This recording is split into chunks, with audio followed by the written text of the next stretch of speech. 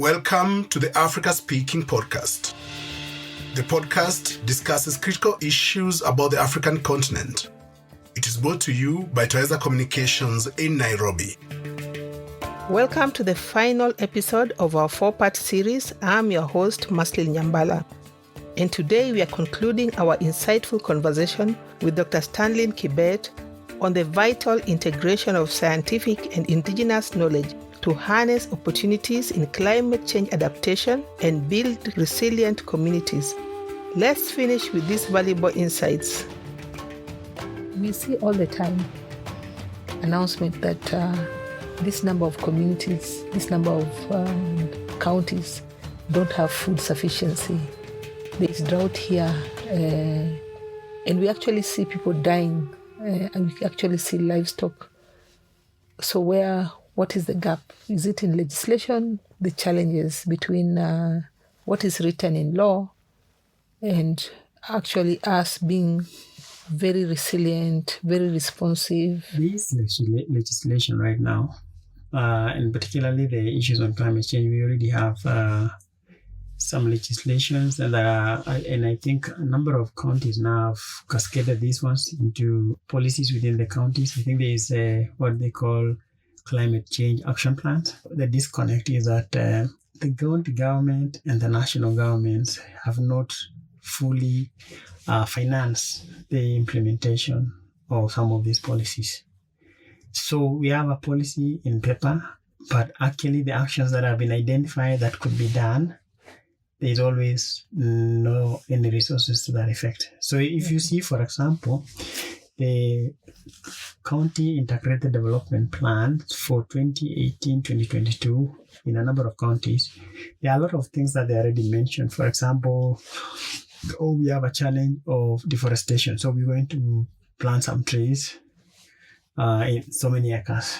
There's a challenge to do with waste management, especially for the towns like Nairobi City and Nakuru and Kisumu. But after the end of the 5 years, you go to the next, the current one now, the 2023-2027 CIDP, you still find those issues that are not actually done. The report says money was reallocated for something else. And those reallocation is usually because the national government's allocation of money to counties comes in bits.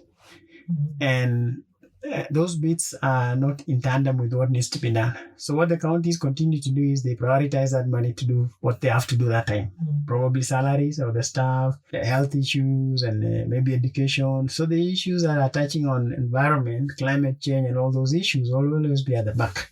Mm-hmm. So if they get that money 3 months to the end of financial year, so you realize that it's not even enough time to spend, that kind of stuff. So that could be one challenge that there is that many counties now have cascaded the policies, but the money to follow it up to the logical conclusion may still be a big challenge. And if there is any gap in policy, it can only be known after you've implemented it and you realize, although we've done this, there's still some problems here. So we cannot even talk about whether or not the current existing policy or legal framework is inadequate because we've not fully worked on it. And then the other thing is that some of the things that needs to be done requires a lot of financing. Of course, you remember even in the most recently the COP29 in Baku in Azerbaijan. The biggest thing that was being discussed was carbon financing. Yeah. And because the money requires to start having that conversation is so huge, that's why the developing countries are insisting that we need that money. To build adaptation, to build all these things, we need that resources. And therefore, if we don't get external money, some of the intervention that would want to do it like yesterday may be delayed, and in the process we continue to suffer the consequences of climate change. You remember the other day, the infrastructure destructions, roads messed up and all that kind of stuff. So the cost of climate change is so much when the destruction of infrastructure. Now to build a tarmac road is very expensive. And if you don't do it, then you're already having other impacting on other livelihood issues. You reach some places now, communities have been cut off completely. You cannot reach them. So there are policies, and I think they are good. I think what needs to happen right now is maybe start to look at some of those that could be implemented cheaply. I mean, they don't require heavy investment in terms of resources. And then the other thing is that cascading of climate change in many sectors. So now you hear people talk about climate change in agriculture, in health, in energy, all those things. So that is a good thing. Even transport. Yes. So that's the issue now, that is saying that as a country we've cascaded or we've streamlined matters on climate change into areas that really there are things that you could do without. Like right now, you can see in Nairobi we already have some electric vehicles, buses. Those are areas that we can start doing something because it's the private sector. They can already the government needs to do is just provide tax incentives. And people come with buses that are electric. So we reduce the pollution in the city. And then also maybe tax incentive for people that are using solar panels and so on. So those are some of the policies that they can already be implemented without necessarily having to wait for any specific resources because the private sector can already take advantage of it in whichever sector, whether it's transport, whether it's energy, whether it's because if you're going to put up some solar to power some industry, then the government can give you tax rebates. Yeah, it's already happening. I see KDDA factories are already doing some of those things. How do organizations, individuals access resources to be able to... And I think you have mentioned the last meeting. Yes. It was all about... financing. Yeah. Of course, the parties that were there sort of agreed. And if you may be aware that previously they had allocated, I don't know, like $100 billion US. And they increased it to about 300 billion. That money could be there. The problem is always the way in which to access that money might be a big challenge. And I say this because I remember there was also a previous intervention at the international level, the issue what you call Kyoto Protocol. Kyoto Protocol had provided some resources, but they proposed a number of things that could be done by countries and businesses to play their role in issues climate change. One of it was what they call clean development mechanism. And in this case, industries who are polluting, they're given a cap. So if you pollute more than the ceiling that you've been provided, you need to buy those who have not used their own carbon cap. So and those others can come to Africa and ask for some people to plant trees, and then you make the calculation so that the extra carbon dioxide that you're emitting from your industries have actually been cleared, because there's some farmers in Kenya who planted some number of trees, and therefore you've cleaned the mess. Because that was the principle, is that if you're polluting, you have to provide evidence that you're cleaning that pollution. The challenge was that to get some of those approvals, the process was so long and very expensive for many people. So you find some of the projects that were actually funded, they were either in India, China, and among the developing countries, but the rest were in the developed world. But other than that, even when money comes to Kenya, and I think NEMA has been having a lot of green financing resources, sometimes people are not even aware about it. So the small people that would be implementing some few projects here and there are not so sure whether they can actually, where they go to. So if it was such easy thing that like Arsla Fund, then everybody knows about it within the shortest time, although there's those selection in terms of who qualifies, what are the criteria and all that kind of things, but everybody knows it is there. So green financing is also there, but there could be just a few people who are aware about it, because there's not been popularized or awareness is created a lot. But I know for sure that there's small resources here and there that communities can access. It requires a sort of institutional sort of approach, because some of the things that communities are doing might have to be guided so that they can benefit from those financing. Because, for example, one of the ways in which some of the people have been doing, like now in Laikipia and Samburu, is carbon sequestration. Yeah. What they are doing is, if you manage the land in a certain way, then you're having an additional carbon sink in the soils and also in the plants. So you have to do a baseline. So time zero, you do samples on different within your landscape. You measure the amount of carbon in the soil and also amount of carbon above ground in the trees. Then you say at time zero, this is the amount of carbon within this area, because you sample a different site and then you do an estimate and say time zero, this is the amount of carbon available. And then after 1 year, 2 years, so you go and do another sampling again. If there is any change, that change is the one that is going to be paid for. That because you've instituted certain management practices, now you have added some more carbon in the soil or in the above ground vegetation. So that's the difference, is now what you'll be paid for. Yeah. But that one has happened because the communities there are being supported by Northern Rangeland Trust, which is an NGO. And they're the ones who know about these things. But other than that, it would have been very difficult for the communities to access those funds, because you have to understand Netflix is also involved in that, another organization.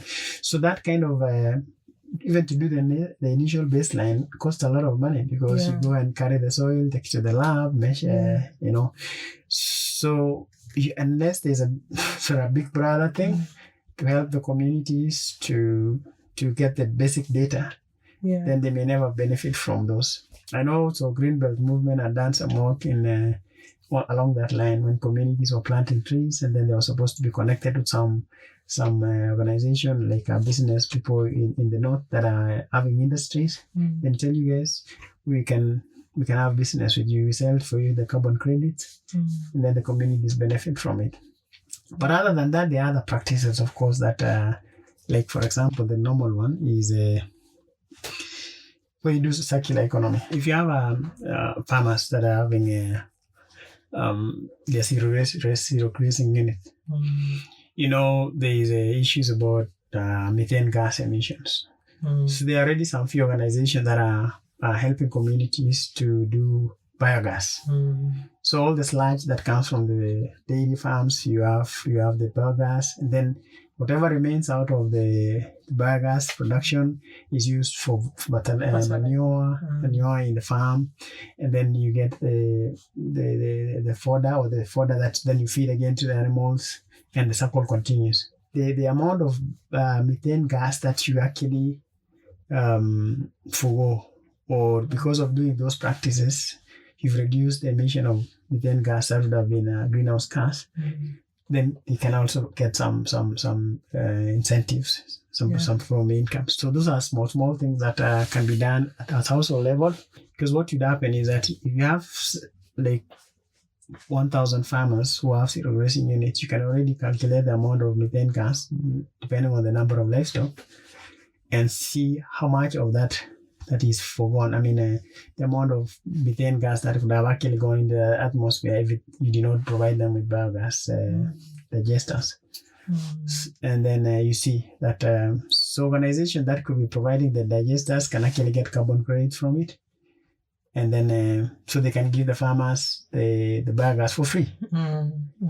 So if I was an investor and giving them the biogas digesters, and then all the carbon credits that have been saved, accumulated on that, my company is paid for, but I also give the biogas for free. So those are things that you can already work for and see how viable it is. If you're doing agroforestry, like right now, there's been a lot of promotion of avocados in the country. So if you having avocados, you could be planting avocados to sell the fruits, but also avocado is a tree. So you can actually also try and see whether you're getting some carbon credits from it. Some people can give farmers free seedlings of avocados with the aim of looking at that angle of carbon sink. Because the land has become very small and you cannot tell people to plant some indigenous trees that may not be harvested in the next 50 years. So looking at those opportunities of having fruit trees, mangoes, avocados, and others, would one way of getting some income, some financing that are not heavy. And if there was a partnership between people who are interested in carbon credits and this, so they buy from the nurseries and then they give it to the farmers. And then now they make sure that the farmers take care of them until they mature. And then they'll be measuring the amount of carbon. But you as a farmer, you continue eating the fruits and selling them. So that could also be one way of in which farmers can get financing. To address some of those issues. But other things, of course, is if you're doing climate smart agriculture, like those circular economy I was talking about, climate smart agriculture, which looking at situation where you reduce use of agrochemicals, but instead promote organic manure. You also try and see that you reduce greenhouse gas emission, all those things. Yeah. World Bank has actually supported so many communities to make sure that they practice climate smart agriculture. So those are areas that the communities are actually getting some of these climate or green financing. It's still not as expected, but there's still some few things that are already happening, but it could get better. But again, as I say, depending on what the people are doing, the livelihood things people are doing, that's how you start to see how we can actually invest around that. So different places, like if you go to northern Kenya, and then you have the issues about livestock there, because the livestock are moving all over the place. There is a lot of debate on whether they're also contributing methane gas. And what you need to do about it. It's a very difficult conversation, but it's an area that you don't run away from it. You got to discuss about it. We don't have answers yet, but I think it is an area that we can actually start to see if what do you want farmers or what do you want pastoral communities to do to see, so that they're in compliant with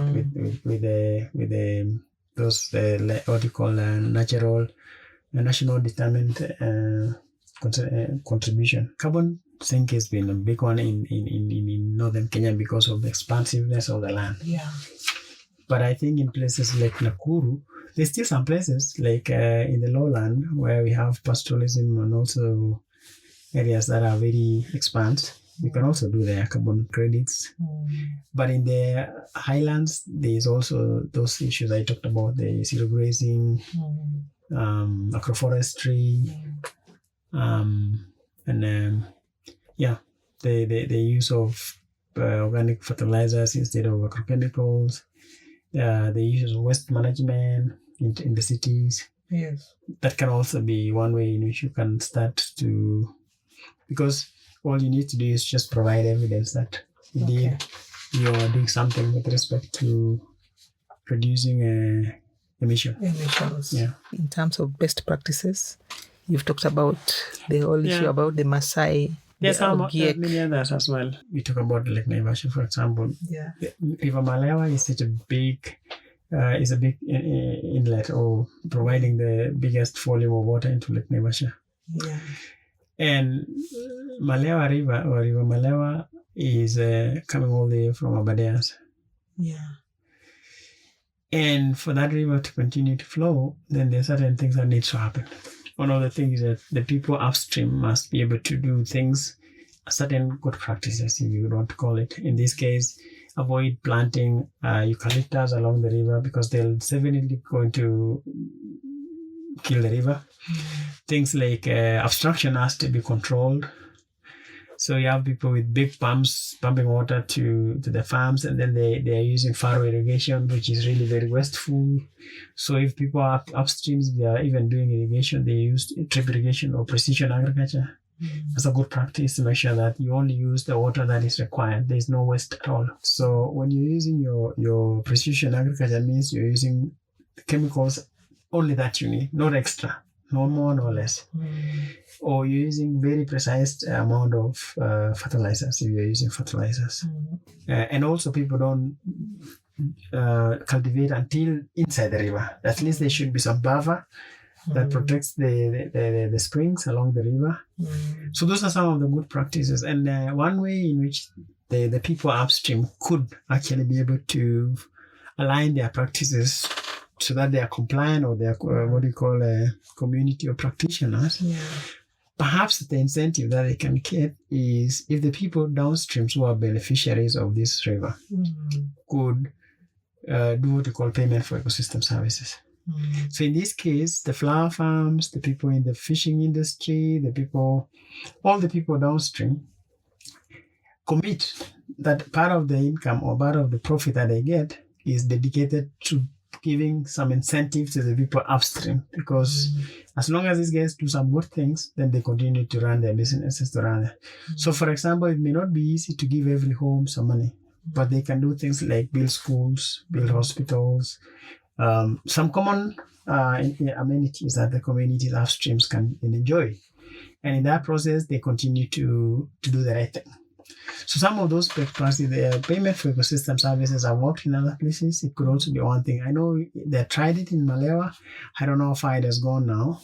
But all the other rivers, the Njoro River, all the way from Mau coming to Lake Nakuru, the people in Nakuru town, they pay for water bills.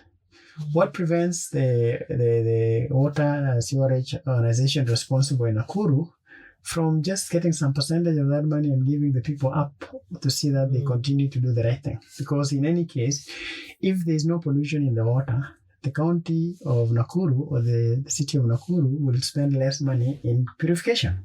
Yeah. Yes. So it's actually a saving.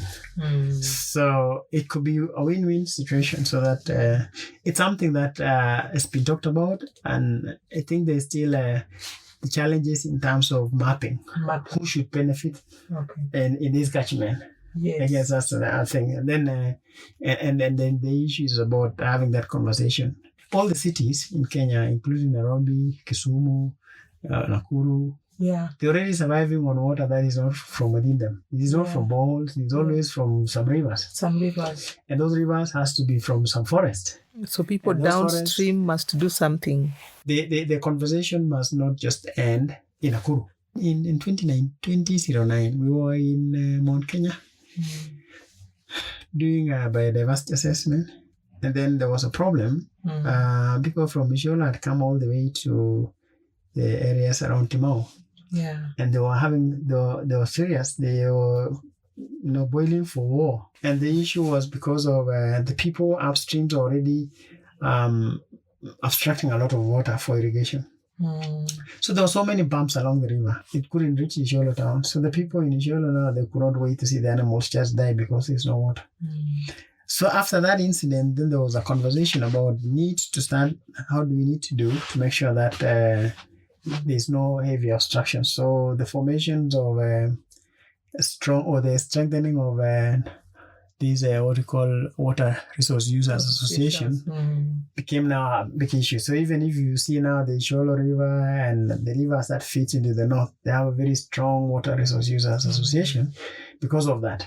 That it was a matter of life and death for them. That if the water doesn't continue to go down, then there's a problem. And through that conversation of the Water Resource Users Association, they were able to agree on a number of things.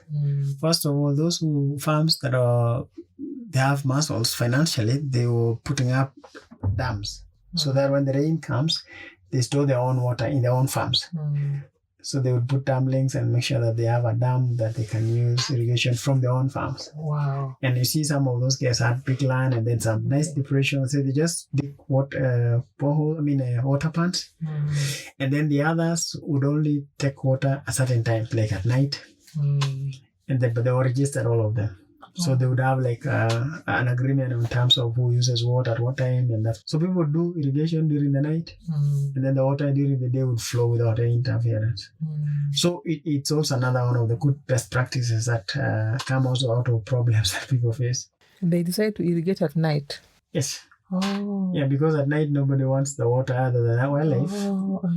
And also the water when you irrigate at night, it's not wasted. It's not wasted. Yeah. Yeah, because the temperatures are very low. So in the day, there are a lot of domestic and other users. Yes. Okay. So that's also one. So that's one of the good practices. So having also very strong resource users association is also one way in which some of this conversation can be held. And like the Buru, which we discussed earlier, is a very strong community forest association. Okay. And they are dealing with a number of things. Some of the members in the association are dealing with honey production, others are doing nurseries, tree nurseries, others are doing tourism. So all of them are in one umbrella, and they have a conversation that we are all like Siamese twins. We rely on each other in the way what we are doing. Okay. So that way, the conversation is not you can, I can, or that kind of thing, but I say together we need to have a conversation on how we can share the resource and in a way that all of us are winners. And that concludes our insightful 4-part series with the brilliant Dr. Staline Kibet. Thank you for joining me, Masli Nyambala, for this important exploration. Thank you for listening to the Africa Speaking Podcast. Join us in our next episode, brought to you by Twaiza Communications in partnership with Forum Sieve. For any comments and views, you can reach us through our website, www.africaspeaking.org. You can also reach us on Facebook, Twaiza Communications, or on our X handle, @TwaizaComs. You can also write to us on email, info@africaspeaking.org.